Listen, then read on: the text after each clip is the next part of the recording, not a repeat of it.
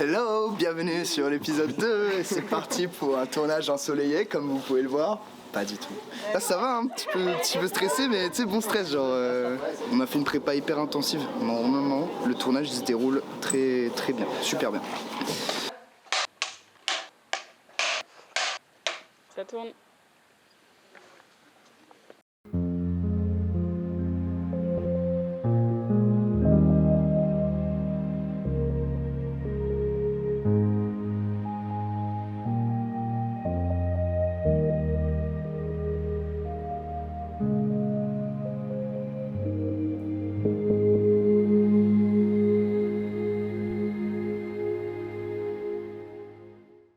Le pitch de la série, c'est l'histoire d'un couple de Français qui décide d'accueillir un réfugié ukrainien à la suite de la perte de leur enfant. Donc c'est un petit peu pour les mauvaises raisons qu'il accueille. Ce que j'aime dans la réalisation, des plans plutôt fixes, des plans plutôt stables, des tableaux bien composés et surtout l'humeur de l'épisode. C'est aussi en ça que j'ai choisi l'épisode 2. C'est parce que je savais que ça allait me ressembler au mieux, parce que justement on avait ces touches de légèreté-là qui me correspondent à moi. Tout le long de la série, on va vraiment voir l'évolution de la relation entre les personnages. Dans le mien, voilà, on a vraiment cette installation-là. On a ce rapport que va se créer entre deux personnages, donc Alex et Lucas. Alex, le réfugié ukrainien, et Lucas, l'homme de la maison. On va les voir se rapprocher, donc sur un ton assez léger, et créer du coup un fossé entre Marie, donc la femme de Lucas, qui va se sentir vraiment de trop et donc qui va faire un petit peu imploser cette relation qu'ils avaient établie tous les deux après dans les autres épisodes. Action.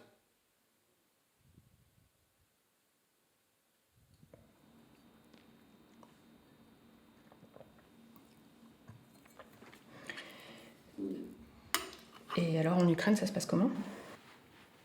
J'ai un peu machin, et donc ça va induire autre chose aussi. Oui, c'est pour ça que j'ai fait cette mise en scène aussi. Tu vois, tu peux vraiment travailler sur les temps là. Okay. Parce que quand on est dans un dîner comme ça, où on cherche le mot d'après, on se regarde un peu en chien de faïence, comme on dit, donc c'est vraiment... Ne surregarde pas, enfin je sais pas comment expliquer. N'est pas ce truc de chercher partout la petite bête. Et alors en Ukraine, sinon ça va ? Bah, c'est la guerre. Non, c'est la guerre. Non mais ouais, on sentait tous les deux. C'est bien, vous n'hésitez pas à me le dire quand ça va. Comment tu vas, mon fils ? У мене все добре. Я тебе погано чую.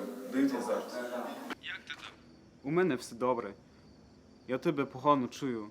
Де ти зараз? La partie difficile, c'est de plus avoir à me concentrer sur l'accent pour pouvoir avoir mon jeu derrière. Je l'avais avant, mais c'est juste, il est tard, du coup, forcément, ça, niveau focus, c'est moins. Du coup, faut que je l'ai. Mais du coup, en même temps, elle va sortir plus naturelle.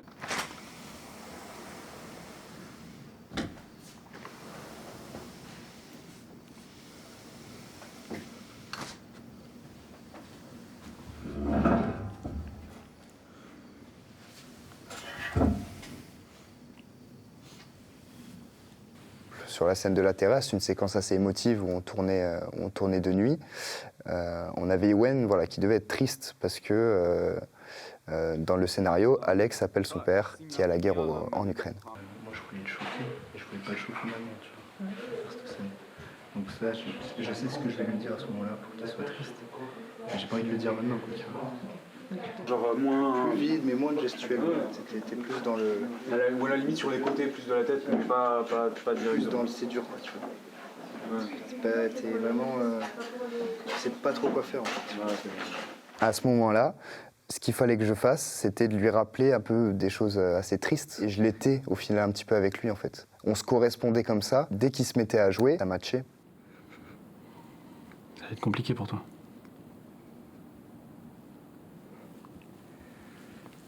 Mais maintenant on est là. Je veux dire... On teste une journée de tournage sur plateau pour essayer d'éviter les imprévus le plus possible. Action. Aujourd'hui, on essaie la séquence de jump cut, séquence pas facile et séquence que j'ai envie de tester justement pour le montage, pour essayer de voir si ça fonctionne bien. Fatigué. Encore un peu sur la gauche, Constance? Oui, c'est vrai. Ah, ok, ça marche. On se rapproche un peu? Allez. Un jump cut, c'est lorsque la caméra est fixe et que les moments sont marqués par une ellipse temporelle. Pour le workshop, on a eu un gros souci, c'était que la cam avait bougé. C'était vraiment pas possible que ça se passe pendant le tournage, mais du coup, on a pris les précautions qu'il fallait. On les a tous marqués avec des scotch de peintre pour vraiment que rien ne bouge et que, au pire des cas, même s'il y a quelque chose qui a bougé, bon, on est capable de le replacer. C'est une séquence qu'on s'est déjà entraîné avec les techniciens. Et donc on va vous faire un peu d'impro. Ça va être vachement d'impro même, j'ai envie de dire. Dans mon scénario, j'avais écrit qu'une seule ligne d'intention, quoi. Et donc pour mes acteurs, je leur ai laissé vraiment le choix de l'improvisation. Et à ce moment-là, c'était cool parce qu'ils m'ont surpris. Et ne serait-ce que pour Ewen, du coup, qui n'a jamais été acteur, je pense qu'à ce moment-là, il s'est vraiment beaucoup plus libéré dans son jeu qu'autre chose parce qu'il a compris que le personnage, ça devait un petit peu être lui quelque part. Donc l'idée c'est que là je fais téléphone, genre le mouvement que je fais pour me barrer. C'est ça que j'adore dans l'impro, c'est de trouver des trucs quand t'es pas censé... Ouais, Wow.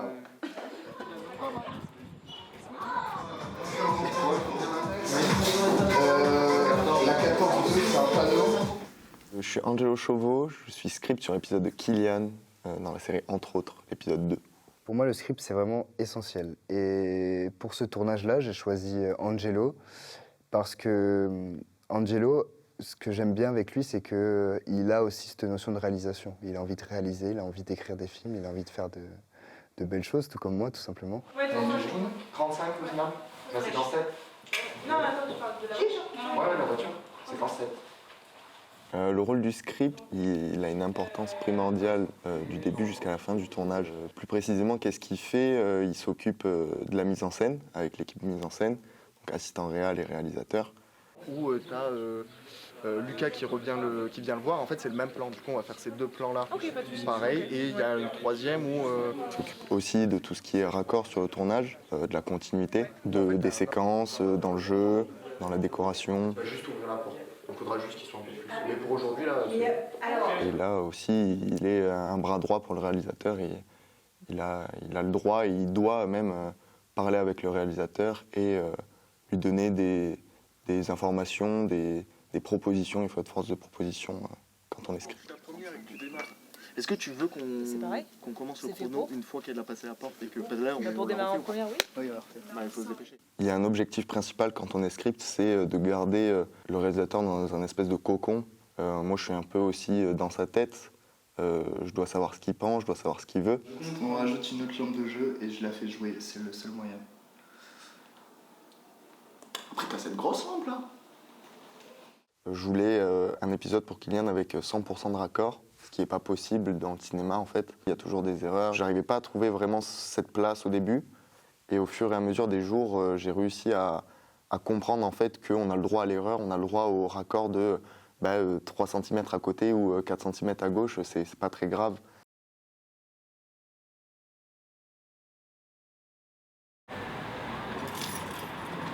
C'est tout le temps pareil, la figuration, on fait que patienter.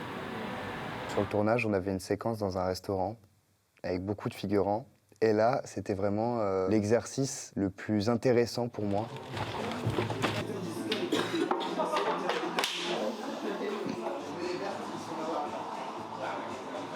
Réservé au nom de Le Gall. J'ai mon actrice principale, un acteur secondaire, et j'ai une quinzaine de figurants tout autour. Et là, il faut se concentrer partout, en fait. Et c'est là aussi où le script est important. C'est parce que moi, je vais me concentrer sur mes acteurs principaux, et lui, il va être là à regarder tout ce que font les autres autour. Ah oui, mais tu peux pas... Mais faut mettre le max partout. 2 personnes, Ouais. Ici et dehors. Enfin, ici et dehors. On va voir comment est le cadre après. Et dehors, on est à quelle focale? Ceux qui sont de dos ici, tu peux facilement les remettre.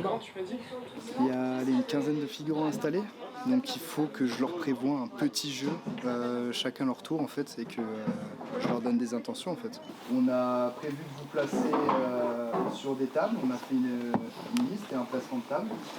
On va vous montrer ça. Piscine et Pierre-Louis.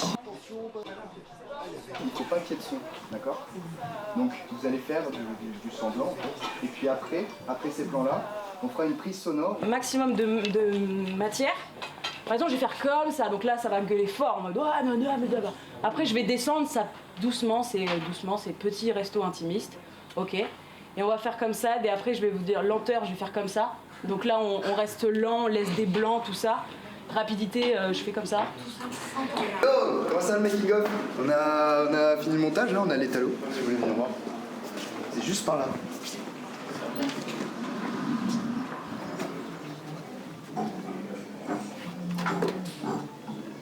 Ok, tu penses pas au patron, tu penses pas au travail, tu profites de ta petite soirée en amoureux avec ton chéri là.